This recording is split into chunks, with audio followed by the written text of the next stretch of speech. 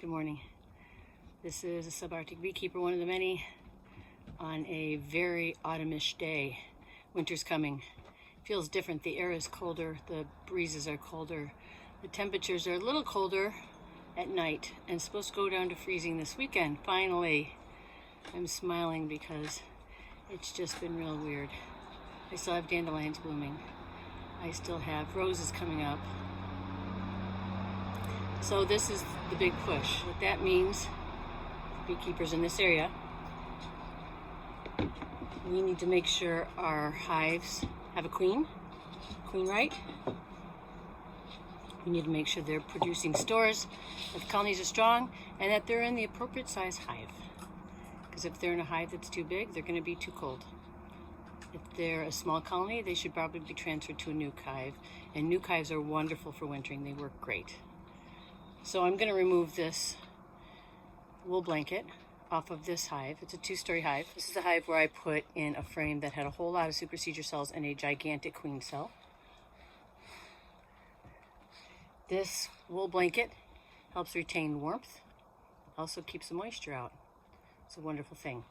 We might be getting some rain here soon, but I've got a market tent above these colonies on my deck just to protect them from the weather. Keeps them from getting too hot when we have the boiling, scorching temperatures, and also retains some warmth. Keeps the rain off them. So these are colonies that have been either struggling or that have been growing or whatever. They need a little extra help and attention. And I need a little more access to. My smoker's going.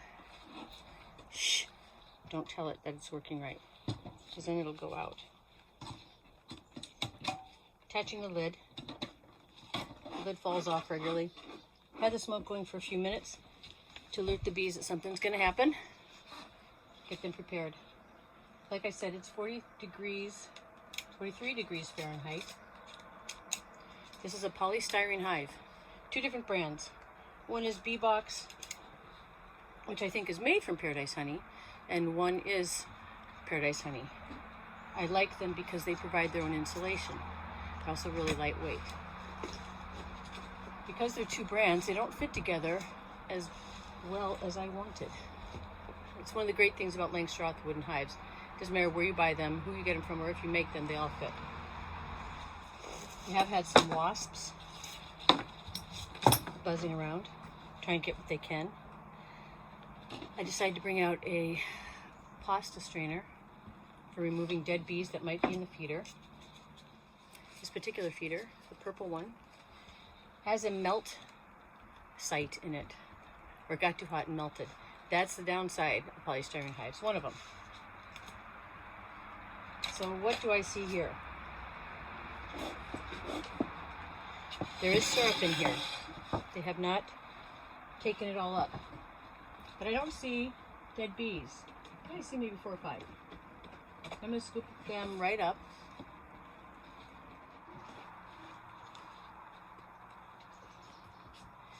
When I'm checking the syrup, I want to smell it and see if it smells like it's fermented.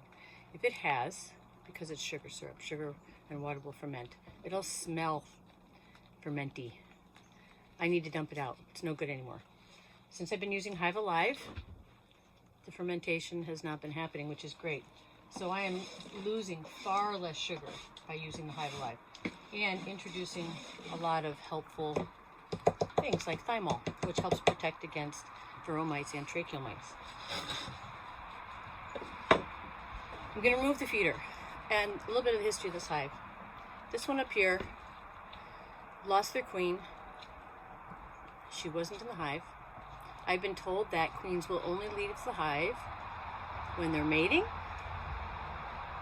and when they're swarming. But then how come we say a queen has left the hive if she wouldn't leave the hive unless those 2 circumstances? I don't know yet, but I'll find out and I'll let you know.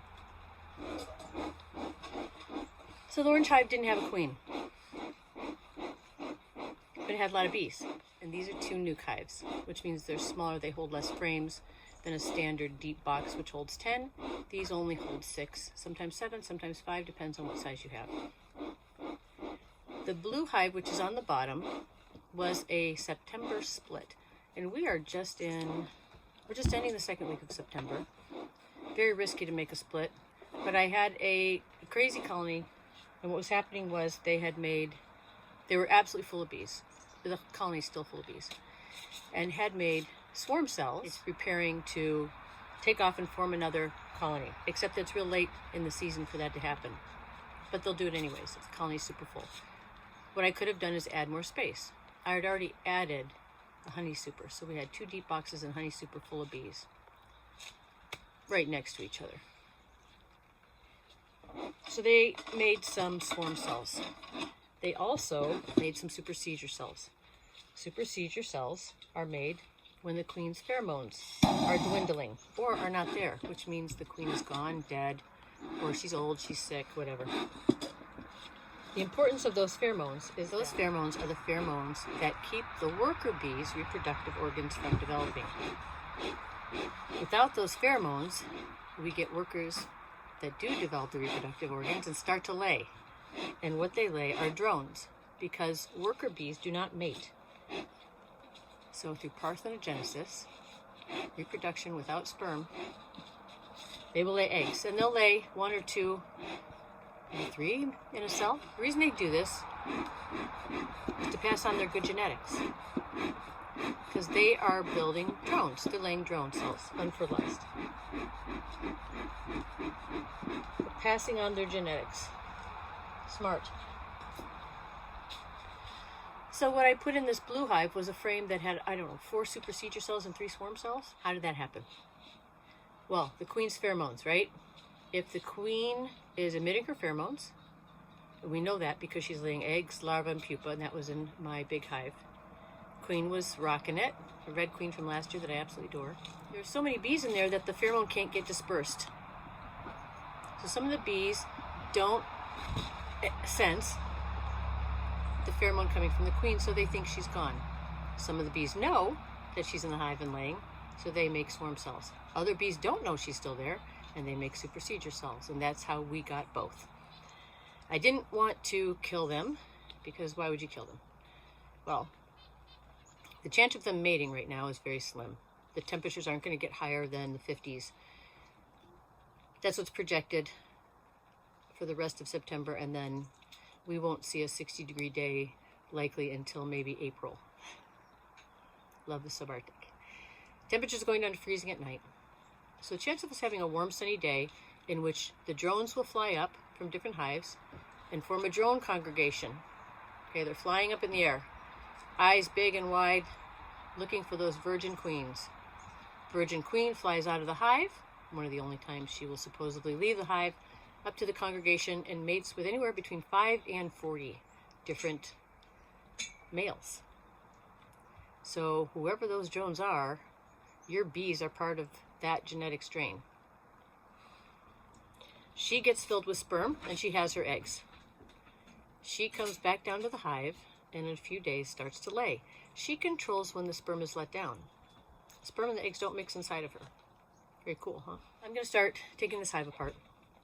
What I ultimately want to do is if there's a queen there, I'm going to catch her. I've got a queen cage in my pocket right here, so I don't have to think about where it might be.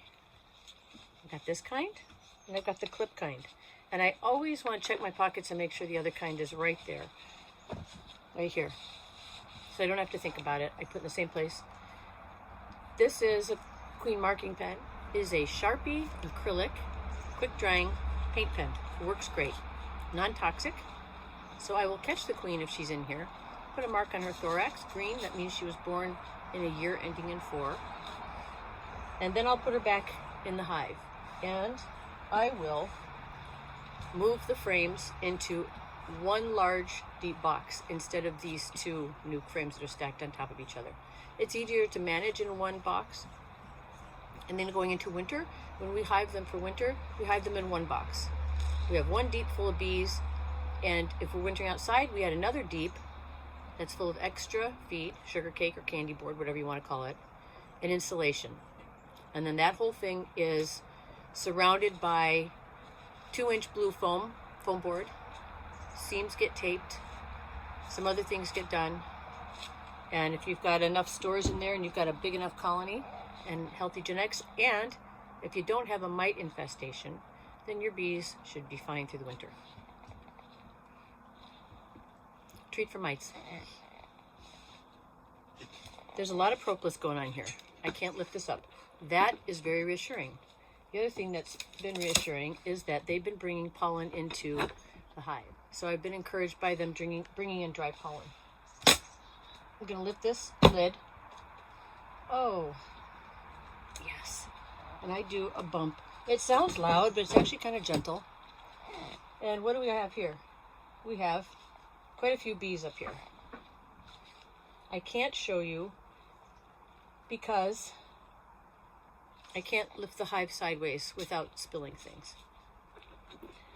I am going to put this box on top of the lid from this deep box that's awaiting them, because I've already got the feed tray on the lid from this hive. And I want to remove this box and put it aside so these bees don't come after me. Now, if there's a queen in here, she's not marked, so I don't want to lose her either.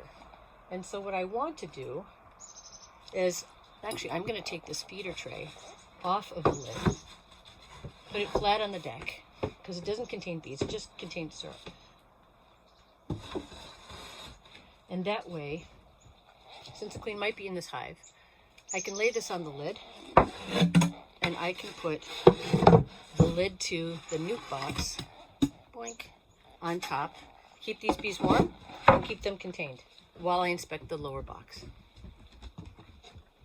Use my hive tool. Also have a J-hook, which has been proven to be great for moving frames around. I've got these bees isolated right here. They look healthy. I'm going to cover that for now and get back to them. Now I want to check this bottom box. This was the original September split. I've got an entrance reducer on here. I don't use wood or plastic entrance reducers. I find them to be a pain in the butt, because a plastic one won't let me get my mite wand in to treat for varroa mites. In order to treat, I have to lift up the hive, pull that out, the bees get aggravated. And a wooden one is just not manipulative enough. It's just stiff. You can lean it in and out, etc. So I actually use old rags. Clean old rags. Wind them up, stuff them in. And that way I can control the entrance. I can open up wide, I can close it all the way, I can close a little bit. If I'm treating for mites, I can secure my wand. If this box here does not have enough bees in it, I will be disappointed. And I'll be sticking them into the deep box, because the deep box takes 10 frames, like I said. There's nothing on that hive. There's nothing on that frame. I've got stores on this frame. Very interesting.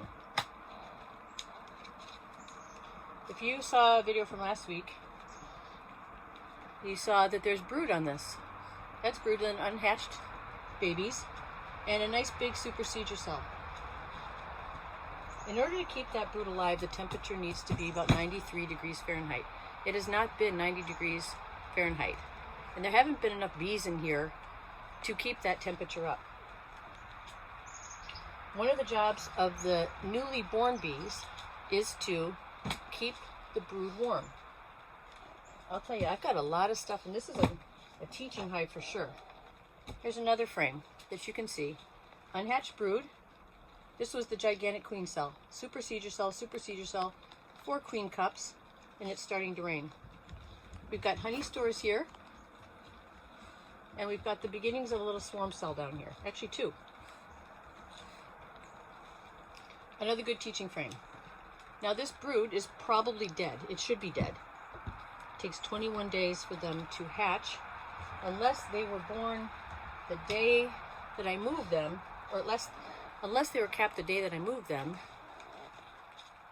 They've run out of time. I do have an infrared camera that I'll attach, and I will look and see if there's any signs of life in there. What we've got here is some drone cells. We've got an open queen cell. The beginnings of a supercedure cell. And we've got honey along the edges. we've got nectar. The shiny stuff is nectar. The significance of this cell being open is that last week when I went into this hive to feed it, I found in the feeder, amongst the dead bees, a queen. That means she hatched and no one was feeding her. I've got nothing on this frame, it's completely empty. I'm going to put it aside. But I'm looking at it to see if there's any signs of stuff. And guess what I see? I do. Drives me nuts. Can you see right in here the little tiny particles? They look like someone sprinkled salt or sugar in there. I'm not sure if you can see them or not. But those are wax moth eggs. Never had wax moths. I don't know that anyone else here has until last year. A fellow beekeeper reported having wax moths. Well, now I've got them. So I need to leave that frame out so it can freeze and it'll kill those eggs. Got some wasps hanging around in here. I've got some pollen in those cells. You can see it. Good. Well, this split colony definitely died, unfortunately, because these were great genetics. If you've got a good strong colony, they'll keep the wax moth eggs at bay. Although I knew going into this that there likely wasn't enough bees in it to keep that brood warm. But I had to get that frame full of queens out of the original hive because I had been in that hive a week earlier and she was there. She was actually there a couple days earlier, cranking away. So I assumed she was still there. Now I can assume that she's not because since then there have been no more eggs. Eggs would be a sign that the queen is still in the hive, at least in the last 3 days. Larva's a good sign, but that's more days since she's been in there. So I'm going to set up my new hive. All the pieces.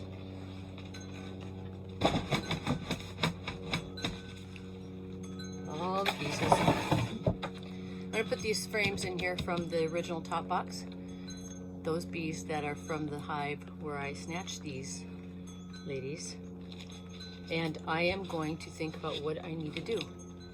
This colony needs a queen, quick. If there's no eggs in here, then none of the workers have developed their reproductive organs. And we don't have laying workers. Good sign. If I have a queen, if I can get a queen who's already been bred, great. Because lots of people actually requeen right before winter to make sure that they have a queen who's going to lay winter bees. We have about a month before putting up the hives, which for me means putting them in the bee barn. But in the next few weeks, I will be assembling them and making sure they're all ready for winter. That is very likely my queen that was found in the feeding box. For the heck of it, I am going to put these frames that have the brood right in the center because that's the warmest part of the hive. I said I wanted to look at this with my... Oh, look at that. Look at that. I didn't see that. So the giant queen cell has been opened. So I wonder if that virgin queen was born... Oh! Guess what? This giant queen cell was opened, and this queen cell was opened. And so what may have happened here is when that little queen was born that died in the syrup, she took no prisoners, emptied those cells, and made sure she was going to be the ruler, which is fabulous. Only thing is she didn't mate, and she didn't survive. I'm disappointed. The genetics are awesome. Okay, now we're going to take this box and I'm going to pull these frames out that have the bees on them and stick them in here and try to concentrate those bees right in the middle, which will be the brood nest. There's already brood there. It might be dead. I will hook up my I have a little FLIR attachment that goes onto my camera. I'll show it to you.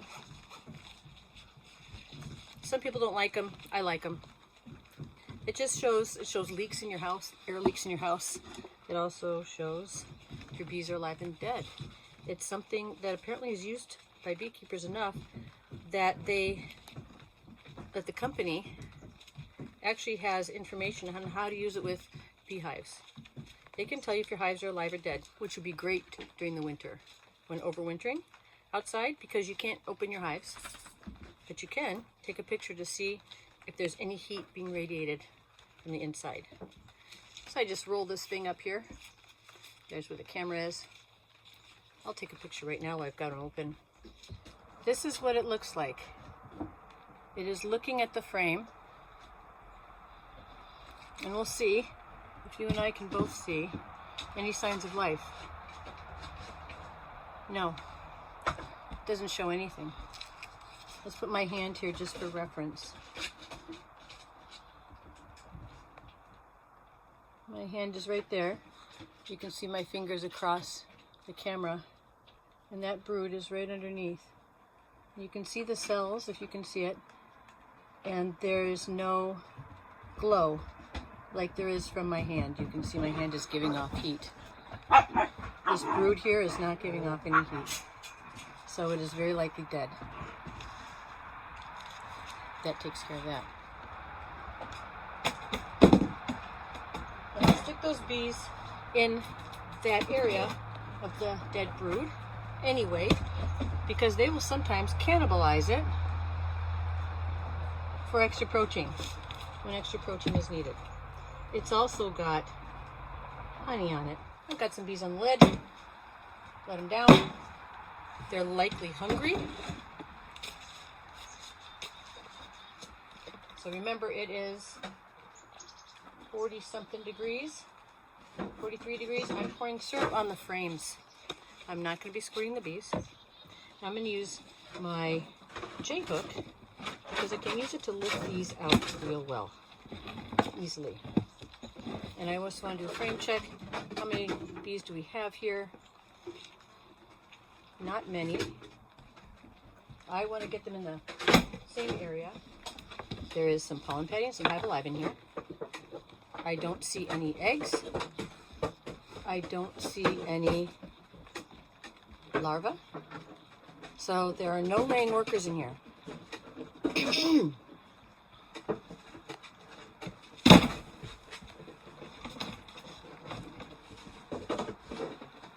They are getting excited. A lot of noise going on because we have a puppy. Okay, we've got a good amount of bees here. No eggs, no larvae, no laying workers. I'm looking for anyone who might look like a queen. And I don't see one. I want this colony to cluster together because there's quite a few bees in here. If they cluster together, they'll stay warm. Keep each other warm. Quite a few bees in here, no food. Well, there is honey along the sides. There's food on top. They haven't finished. There's no drones in cells. They're not making drones.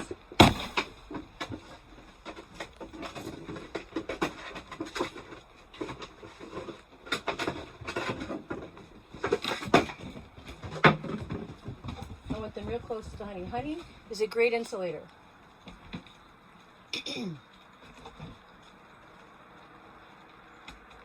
Beeswax has some serious high thermal mass, which means it can retain heat and it can reflect it back to the hive.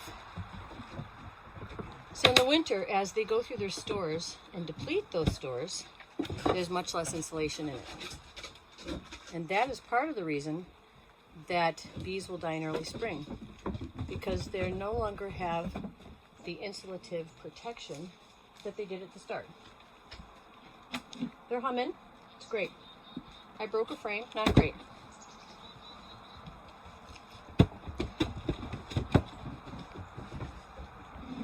the risk.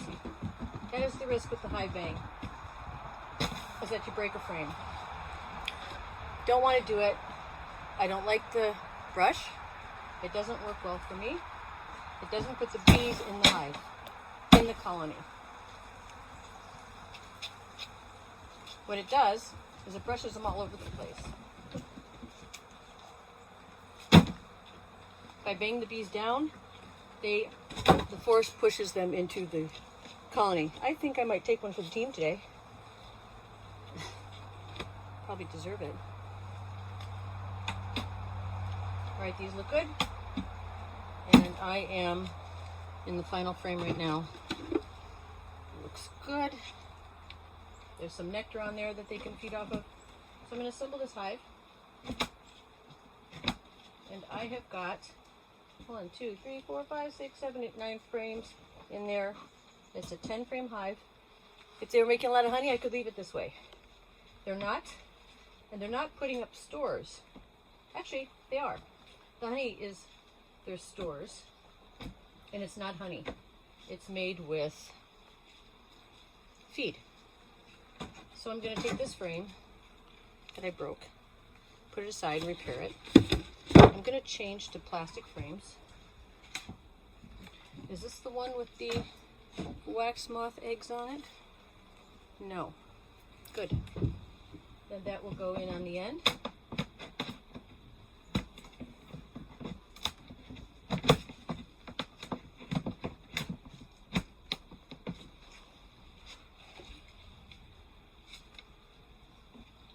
Now the goal for this hive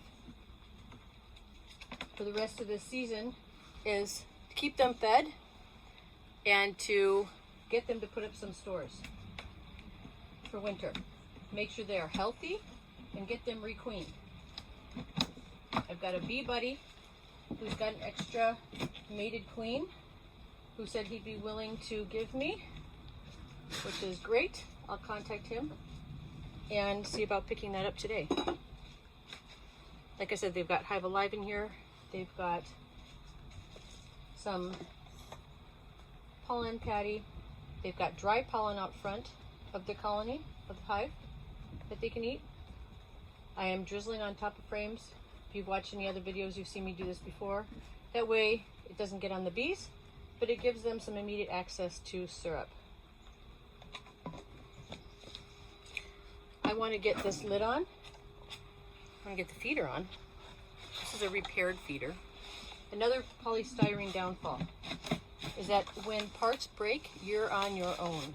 I want to make sure that this is on tight. I hear some bees in here that may have been left behind. Oh, there's a little cluster. I'll put them right in front of the colony so they can work their way in. I'm going to fill this feed with sugar syrup and be on my way. Hope you have a great day. Enjoy each other. Take care of each other. Take care of yourselves and take care of your bees. Ukraine is winning. We'll talk soon. Bye.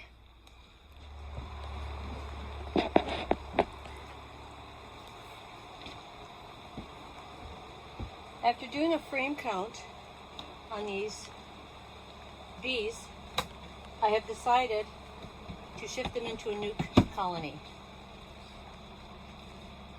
which is, like I said, a smaller hive box. This one is a 6 frame nuke hive, so it accommodates 6 frames. Easier to keep warm. I'm just brushing the bees off with my hand right now into the hive. I want to get them in there as soon as possible because it is chilly. And these gals want to be warm. Okay, we've got a few stragglers. They'll find their way in. We've got a few on this new hive that I had brought out in order to accommodate the 2-story nuke. But that's not where we're at in terms of size. And so I'll put them in here. You can see them huddling up in little clusters.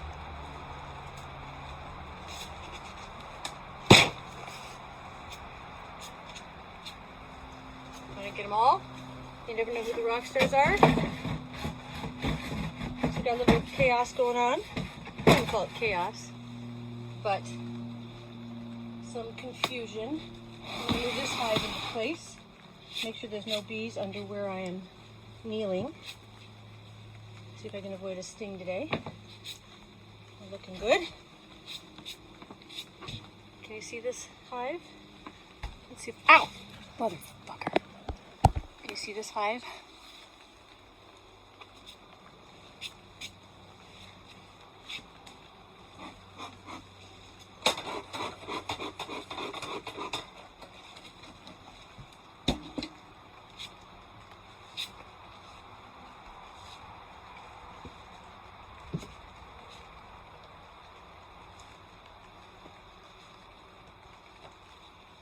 You can see this hive.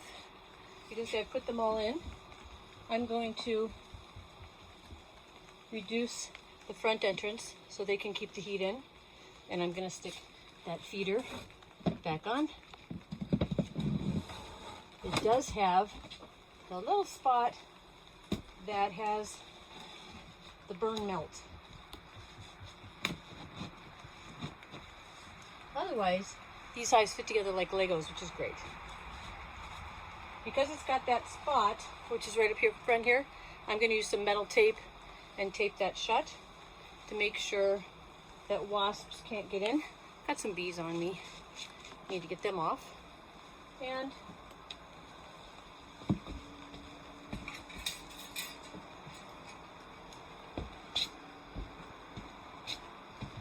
I imagine that this is kind of like having Godzilla in your village.